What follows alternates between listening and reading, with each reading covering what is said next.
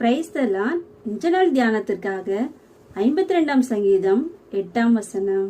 நானும் தேவனுடைய ஆலயத்தில் பச்சையான ஒலிவ மரத்தை போல் இருக்கிறேன். தேவனுடைய கிருபையை என்றென்றைக்கும் நம்பி இருக்கிறேன்.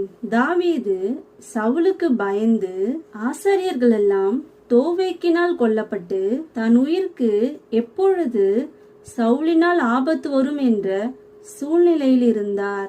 தாவீதுக்கு தங்க சரியான இடமில்லை.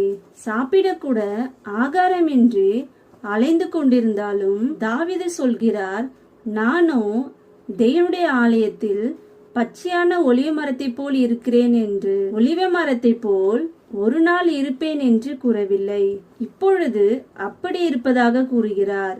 அவர் ஆத்துமா தேவனுக்குள் சரியாக இருந்தது. தேவன் வாசம் செய்யக்கூடிய அவருடைய இருதயம் சமாதானமாக இருந்தது.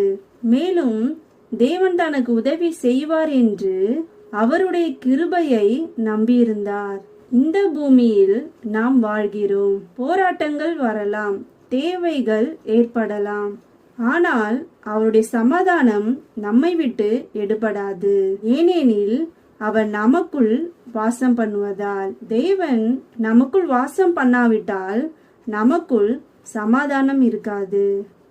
ஆகையால் தெய்வ பிள்ளைகளாகிய நாம் தேவனுடைய ஆலயத்தில் பச்சையான ஒலிவ மரத்தை போல் என்றென்றைக்கும் கர்த்தருடைய கிருபையை நம்பியிருப்போம்.